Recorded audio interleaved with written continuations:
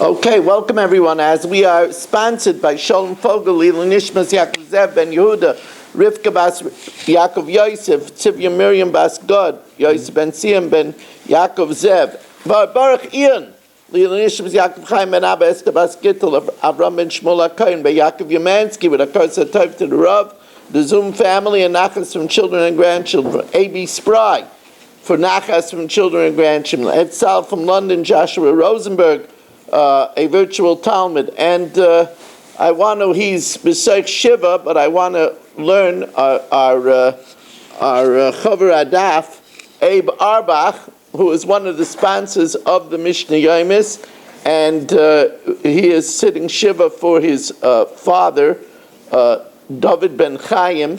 His father was his entire life. From Bacher until the end of his life, he was in the yeshiva of Staten Island. He was a fabric of the yeshiva of Staten Island. And, it's my brother. I was talking to my brother, Rav Yosef Asher, today, and he said for the last 25 years, as long as he could remember, David Arbach would meet him, he would say, what a pleasure to see you, tzaddikim. He really knew what it meant to greet somebody, b'sever ponim yafas. So his neshama should have an aliyah. He has 10 children, kanai nahara. It should be a mel tziyosher for his children, for his wife. Look at that picture. Oh, that's a nice picture. Yeah, that. Together like that? Hey, folks, get yourself out of that picture. Very nice, my friend. If It's a very capable young man. It's unbelievable. If looking at that picture to our left of the Rosh Shiva, that's me. Behind him is a boy by the name of Dick Steen, and on the other side, in between Dickstein and the one all the way to the right, that's the brother of the famous writer. There's a famous writer, Lezevnik. Very professional like this. That's Avram Lezevnik.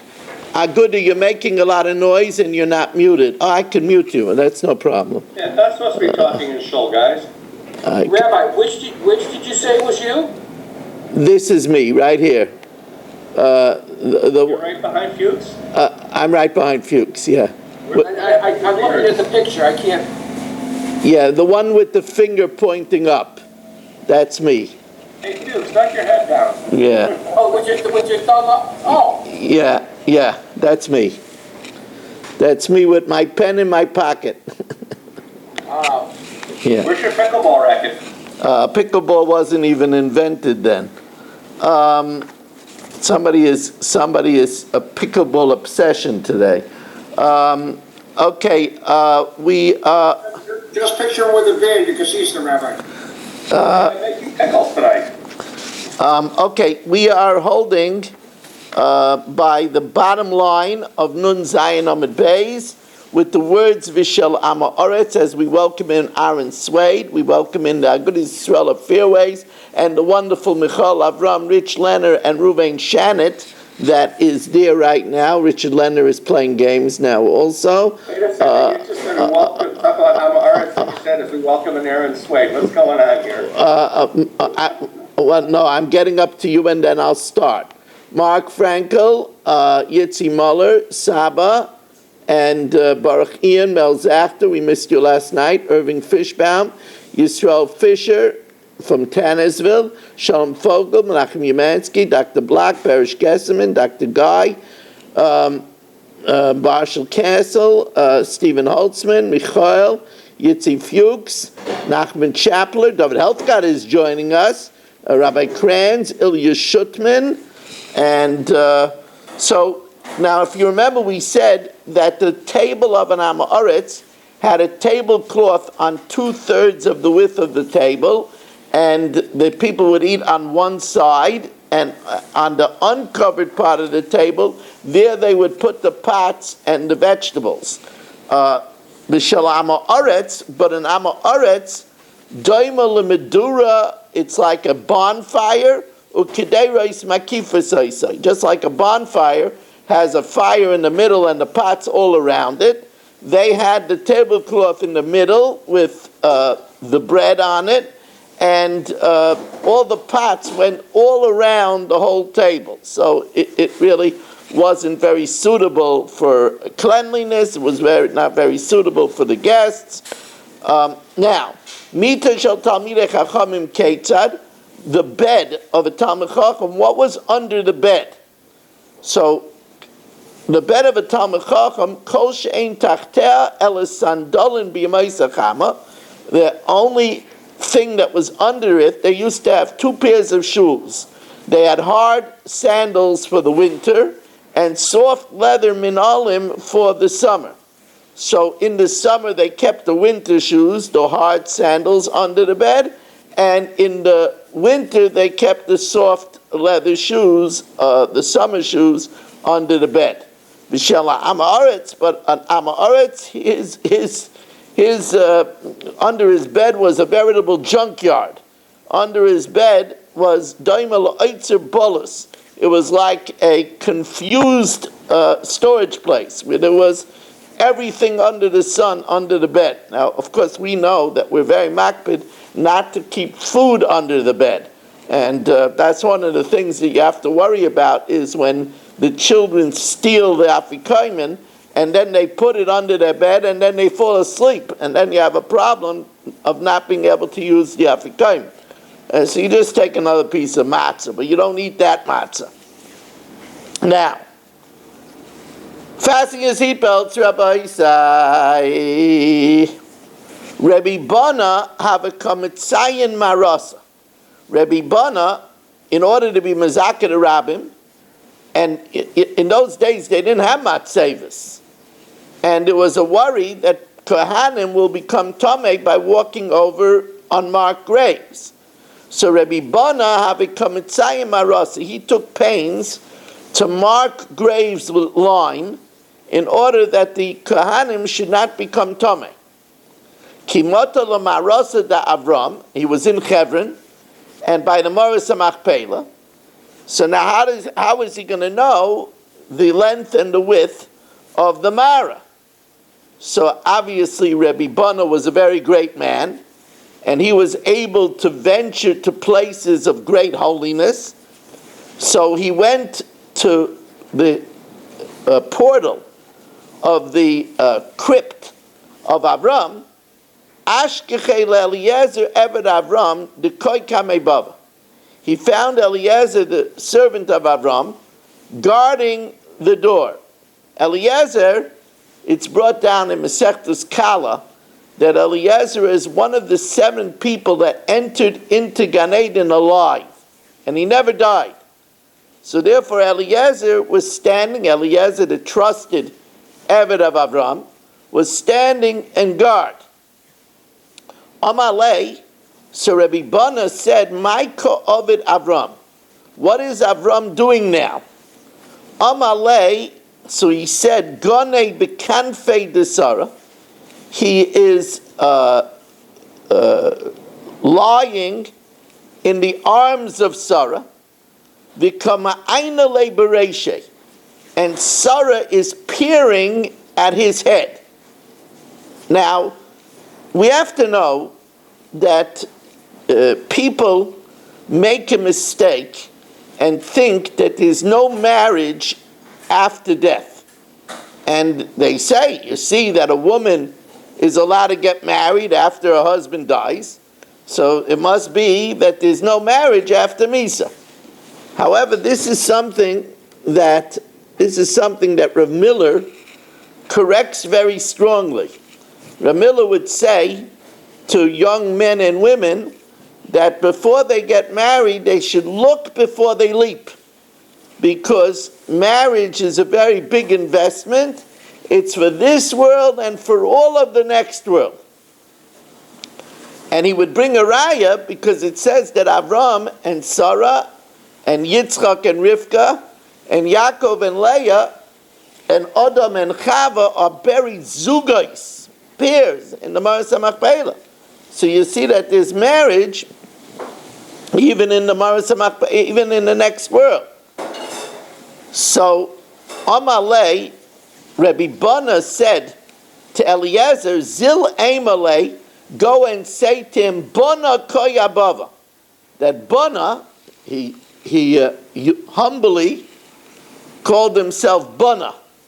You know, when Rabbi Mintz calls people, now Rabbi Mintz is already the Manal Ruchni of the Yeshiva of Staten Island for over 50 years.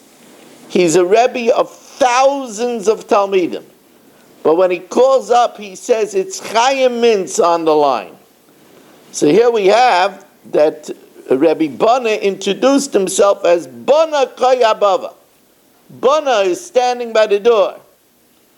Amalei, so Avram said, Leo, let him come in. Now, even though Avram and Sarah were in a physical embrace, but he wasn't worried because he was sure that made the idea that Rabbi Bana is well informed, the Yetzer B'hai Al Maleka, that in the next world there's no sexual temptations, and therefore it wouldn't be that he would be entering into them doing anything that was embarrassing, so let him enter. Ayil, he came in. Ayin, he looked at the dimensions. V'nofak, and he left. It's very interesting that once he was in there already, he didn't ask Avram Avinu anything, right? Or at least that nothing is recorded. Kimata l'marasa de'adam arishin. Now, as he was in there, it also says he marked the graves of Yitzchak and Rivka and Yaakov and Leah. When he came to Adam and Chava, he wasn't allowed entry. Kimata l'marasa de'adam arishin yotzes Abaskol v'amra. Abaskol went out and said, Nistakalta b'demus diukni. You looked at the likeness of my image, but b'diyukni atzma, my image itself, the actual stamp of the image of Hashem, not born by a woman, but rather made by Hashem himself, al tistakel. You can't look at Adam. So, but Rabbi Bana said, "Ba'ino litziyuna mar asa." I need to mark the grave. So Hashem told him, if you remember, the Moras HaMachpelah was known as the double cave. Machpelah comes from the term kefil, double. So, according to one opinion, it was one cave inside an outer cave. And in the inner cave was buried Adam and Chava. So Hashem told him, I'll let you know, Kemidas Achitzayna, like the measure of the outer cave, which you just measured, Kach Midas Pnima. That's also the measure of the inner cave. So you know the exact measurement. Well, there's one opinion that the Moras HaMachpelah was 2 stories. And Adam and Chava were on the lower story. Was like 2 apartments, one on top of another. Kemidas Elyaina, the same dimension of the upper cave, Kach Midas Taktaina. So it's not any extra, so you already have the dimensions. Now Rabbi Bana said, although he didn't enter the cave, but he got a glimpse of the heels of Adam Arishan. Now it's interesting that this is Parshas Ekev, and we're learning about the heels of Adam Arishan. Amar Rabbi Bana nistakalti b'shnei akevav. I glimpsed his 2 heels, v'doimim l'shnei galgalei cham, and it was similar to 2 orbs of the sun. Remember, this was Adam Arishan achar achet, after the sin. Now, as to beauty, it's interesting. Hakol b'fnei Sarah, kukuf b'fnei Adam. Everybody compared to Sarah was like a monkey to a man. Sarah b'fnei Chava, Sarah relative to Chava was kuf b'fnei Adam, like a monkey to a man. Chava b'fnei Adam. Chava to Adam. Remember, Chava was taken only from a rib of Adam. Chava b'fnei Adam kuf b'fnei Adam. Adam b'fnei Shchina. Adam compared to the Shchina in radiance, kuf b'fnei Adam. Was like a monkey to a man. Now, talking about beauty, Shufrei de Rav Kahana, the beauty of Rav Kahana me'ein Shufra de Rav, was similar to the beauty of Rav. Shufra de Rav, the beauty of Rav me'ein Shufra de Rabbi Avo, was similar to the beauty of Rabbi Avo. Shufrei de Rabbi Avo me'ein Shufrei de Yaakov, was similar to the beauty of Yaakov Avinu. Shufra de Yaakov Avinu, the beauty of Yaakov, was me'ein Shufra de Adam Arishi. Now the next story, very interesting story. Baruch atah Adonai Eloheinu melech haolam, she'hakol niyeh b'dvaro. Ahu Amgusha, there was a certain sorcerer. He knew sorcery. And with his sorcery, he would dig up the dead and strip them of their clothing. He was a tomb raider.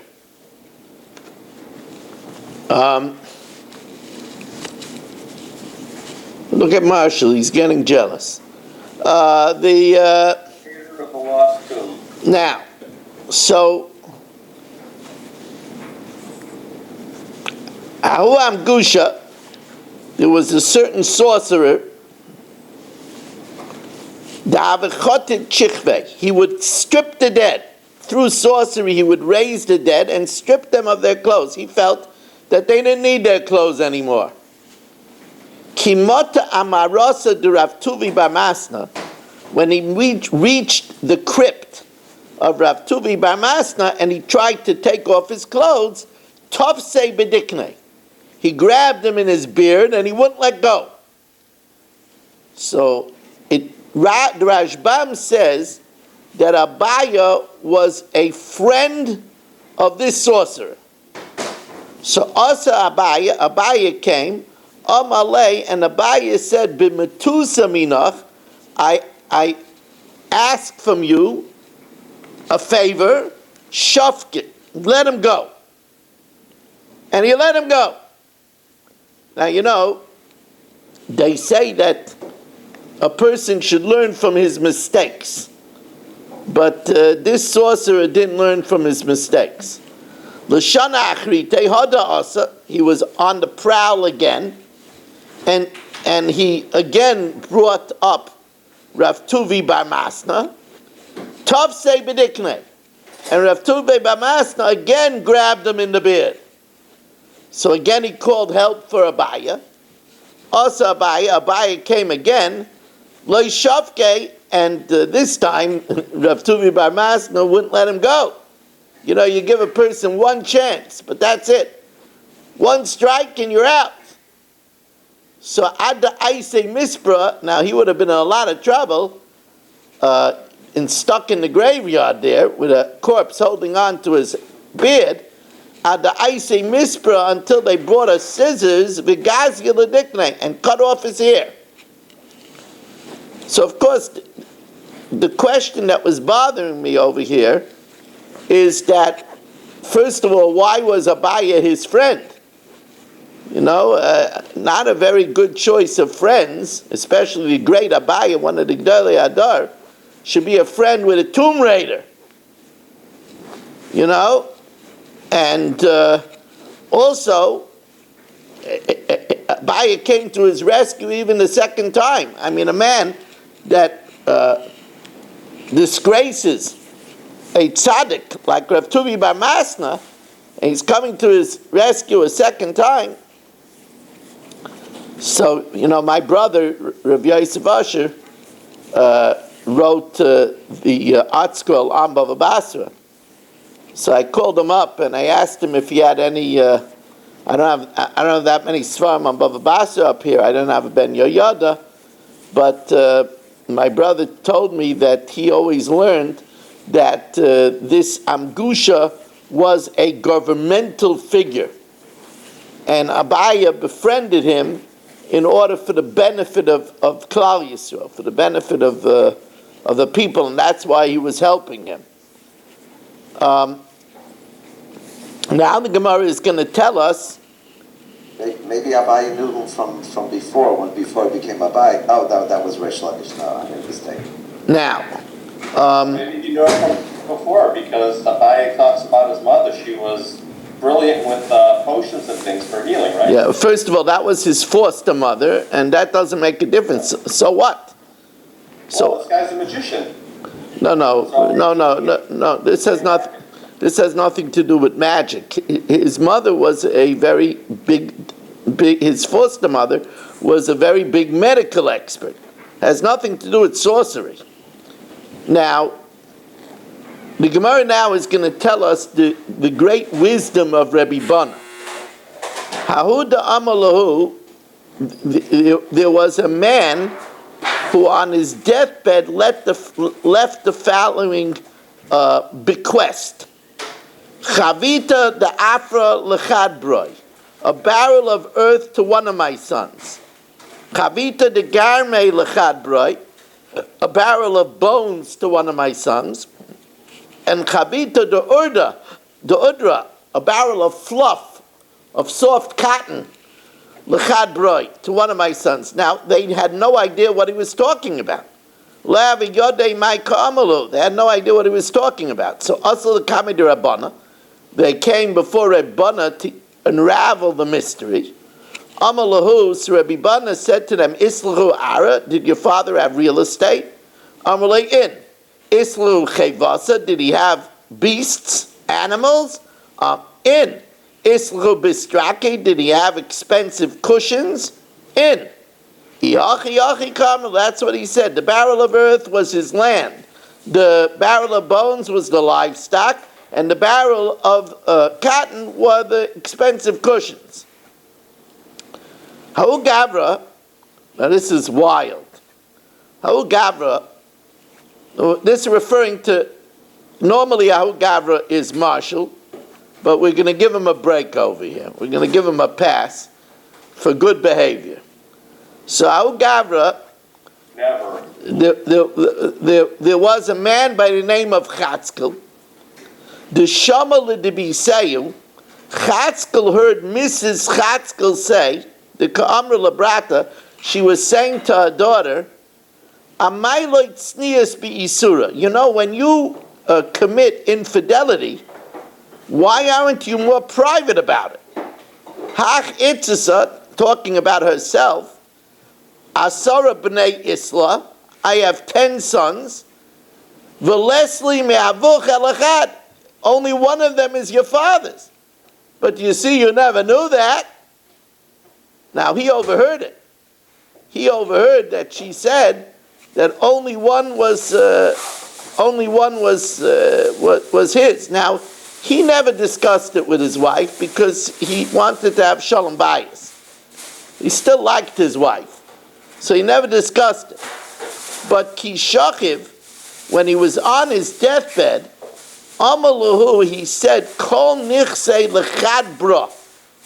All my property should only go to one of my sons. Now, lo yodei lahaiminai. What? He didn't specify only my legitimate son. He just said one of my sons. One of my sons. That's it. Lo yodei lahaiminai. So they didn't know to which one. So also the Kami to Rebbe Bana. They came before Rebbe Bana. Now Rebbe Bana suspected it's because only one of them was legitimate. So therefore, to uncover which one was the legitimate son, Amalahu, he said to them, Zilu chavita kivra da'avuchan. He told each of the sons, go and bang on your father's grave, ad dekoyu magle lechu, until he comes and reveals laheiminaychu shafka, to which one he left it. Ozlu kulu, all 9 of the other ones banged on the father's grave. The real son could not bring himself to bang on his father's grave, to do such to do such a dishonor, Hahu Debrei Hava, the one that was the real son, Lo Yazil. He couldn't bring himself to bang on his father's grave. Amalahu, so Rabbi Bana derived from that and deduced from that that's the real son. Amalu Kula Nichsei Dahai. All the property is to that one son. Now, in the face of it, the other 9 thought that this was hocus pocus. No proof, no witnesses, no nothing. Azlu Achlu Kurza Bei Malka. They went and slandered Rabbi Bana to the government. Imre Ika Gavra Chad B'Yudai. There's one Jew, the Mapik Mamoina Me'inche, that was taking money from people below Sadeh without witnesses, or below Mideh, without any proof. So, Asyua, they arrested him. They did a investigation. They found it was true, banging on the grave. Chavshu, they incarcerated him. The wife came up with a scheme to reveal the wisdom of her husband. So Azla de Biseyu, the wife went into the Goyish court. Amr lahu, she said to them, Avda chad havali, I had a servant, Paskul Reshe, someone came, cut off his head, Upashtu lamashke, skinned his flesh, V'achlu bisrei, ate his meat, V'malu beimaya, and took his skin and filled it up with water, Umashke be'lechavrai, and gave to drink his colleagues, V'loy kayavali dmei, didn't give me money for the servant, V'loy agre, and didn't give me rent for the pitcher. Now, they had no idea what she's talking about. Cannibalism, murderers, lo yodei maika amralu. They had no idea, she had no idea what they were talking about. So, not she had no idea. The people of the people of the court had no idea what she looked very sane, but they had no idea what she was talking about. Since she was Jewish, Imre, they said, Neisu lechakima de Yudai. We have in the jail a man who is known as the wise one of the Jews.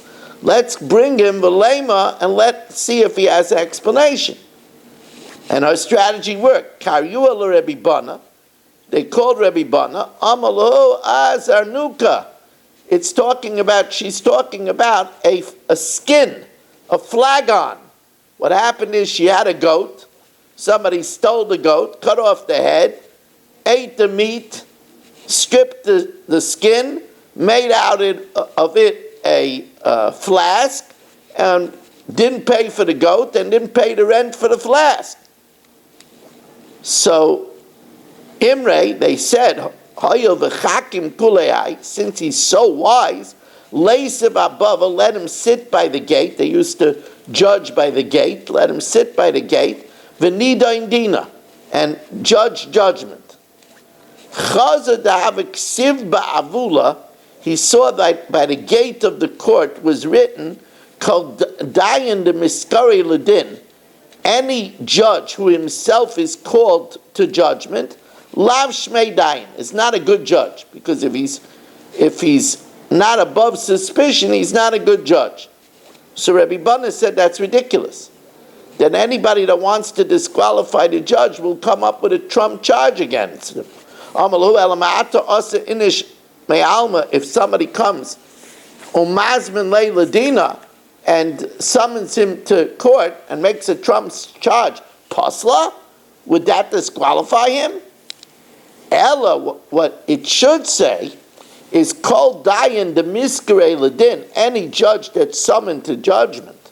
Mapkin mimnei mamayna bedin, and they found him to be guilty, then lav shmei dayan. That's not a good dayan. So they understood that he was correct.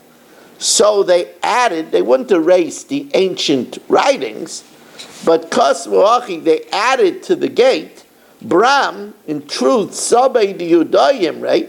The wise elders of the Jews said, Kol dayan de miskere ladin, any judge that's summoned to court, umapkin minei mamayna, and they find him to be guilty, but then nafsh medayin. That's not a wholesome judge. Chazu diksiv, he saw that it was written at the gate of the city, B'roish kol Musa anodam, in responsible for all death is blood. B'roish kol chayin, responsible for all life is anochamer, is wine. So again, Rabbi Bana said it's not accurate. Elamiyata denafel me'igra may, somebody falls off a roof and dies, or denafel medikla may, somebody falls off a palm tree and dies. It's not blood that's responsible. Damakatle. Visu man de darke lamema, somebody who's about to die, mashkalu chamer, if they would give him wine, v'chaya, and he'll live.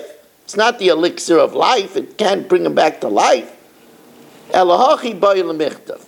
B'reish kol marin, what's responsible for all sickness, anodam, because it was understood that sickness was caused by a surplus of blood. That's why they did bloodletting.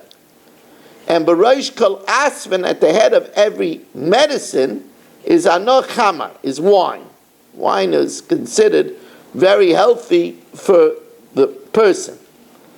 So then they wrote in correction, Kasvu achi, Bram, in truth, Sabai diyudai imre, the elders of the Jews said, B'reish kol marin anodam, at the head of all sickness is eye blood, surplus of blood. B'reish kol asman, at the head of all medicine, anochamer. Only ba'asa the less chamer. If there's no wine, tamon midbo samonim. There you need other herbs and other medicines. And ksiv apischa de kaputkia. It was written on the gates of kaputkia. Weights are very important for the commerce of the city. So measures. So at the gate of kaputkia, it said anpak, anbag, and antel. Anpak and Ambag and Antel are all the same amount. How much is Ezo Antel? What's Antel? Zel Revia Shel Torah. That's the quarter of lug of Torah, the quarter of lug, which is the share of the Arba Kaisis on Pesach, and it's the share of what a Nazir would be chai if he drinks. Revius of Yayin is important for many shiurim in the Torah. Hamarzev, says the Mishnah. And by the way, I just want to tell you the order of the evening. After we learn the daf, we will have the segment known as For the Shabbos Table. And then after the segment for the Shabbos Table, then we will do the Mishnah Yomis. Rabbi Weiss? Yes. Rabbi Benah told Paskin that the money goes to one son, the one that didn't bang on the kever. Right. He didn't explain why he Paskin that way, did he? No, because for Isser, he would not rely to make them mamzerim. Only for money would he do that. I thought it was because since the husband was dead already, there was no point in... Sure there would be a point. Because they would be mamzerim. Now. Rabbi? Yes. Rabbi, what was the purpose of that first sentence about a man who overheard his wife saying to daughter, why do you say things discreet? What was the purpose of that sentence? Well, that's what tipped off the husband to let him know that only one was his true child. Because the mother said to her daughter, you should be more discreet when you do infidelity. Look how discreet I am. I committed adultery 9 times. Your father doesn't know that only one of them is his real child. Gotcha. Now. Thank you. Through confessions. Hamar Zev ein loy chazaka. I'm sorry, was the daughter his daughter? He didn't say anything about the daughter. Yeah, okay. Now, but she's not alive anymore, so you don't have to worry about it. Hamarzev ein loy chazaka. Marshall had the spout of his gutter directed to a place in Yisrael Fisher's land. Even though he had it there for 3 years, he doesn't have a chazaka on the positioning of the drain spout. Yisrael could tell him, look, I'm going to want to build a sukkah here, move the drain spout to the other side. But, v'yesh l'mekaymai chazaka. But, he can't stop him from having a drain spout in his field. He could just tell him to move it to the other side of the house. Hamaschila yesh la chazaka. But the gutter that runs along the length of the roof and is over Yisrael's field, that, if Marshall had it there for 3 years, he does have a chazak. Sulam HaMitzri. If Marshall has a short ladder, which he uses to get up to a dovecote, leaning, this is a ladder that doesn't have more than 3 rungs, and it's leaning on Yisrael Fisher's land. Even if Marshall had it there for 3 years, he doesn't have a chazaka, and Yisrael could tell him, get rid of it. Ulitzuri, but if he has a big ladder, that's more permanent. If it's leaning on Yisrael's land for 3 years, yesh lo chazaka. Chaloina mitzris. If Marshall has a small, like,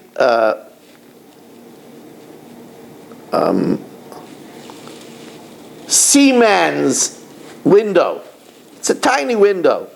We'll see that the Mishnah will say that you can't fit your head through it.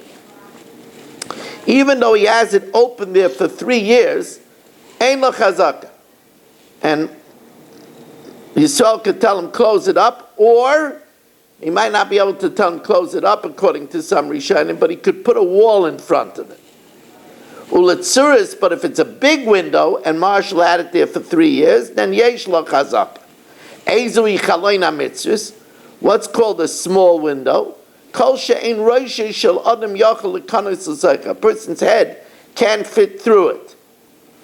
Rabbi Yehuda says, Im yesh la malbein, if the window has a frame, that makes it more permanent. Afal pi she'ein roishe shel adam yachal lekanos l'zaycha. Even if you can't fit your head in it, arizu chazaka. It's considered a chazaka. Now, somebody is not muted. Let's see. Okay, now they are. No, they're not. Okay. All right. Now, says the Gemara, what does it mean? That Marshall doesn't have a chazaka for the drain spout, but he does have for its place a chazaka. What does that mean? So the Gemara is going to tell us 3 pshatim. The first pshat is the way I taught you in the Mishnah. Even though he had it on for 3 years on the right side of the house, Yisrael could tell him, I want to build a sukkah there, move it to the other side. But Yisrael has to let him leave the drain spout there in one of the 2 sides. So you can't tell him to get rid of it entirely. Meaning, if let's say the drain spout extended away from Marshall's house, because he doesn't want Chas v'Shalom the water to drip on his walls, so he projected it out into Yisrael's property. Even if he did it for 3 years, even if it extended out, Yisrael could tell him to shorten it. If he tells him to get rid of it, he can't tell him to uproot it. Rabbi Yirmiyah bar Abba Amar, a third pshat, Shem writes a livnai stachtav. If Yisrael wants to build underneath it, Baina, Marshall can't tell him not to build underneath it. V'yesh l'mekayme chazaka, but he could keep it there. Shem bala oikrei, if he wants to uproot it, eina oikrei, he cannot uproot it. Okay, Rabbi say, we will now have the segment for the Shabbos table.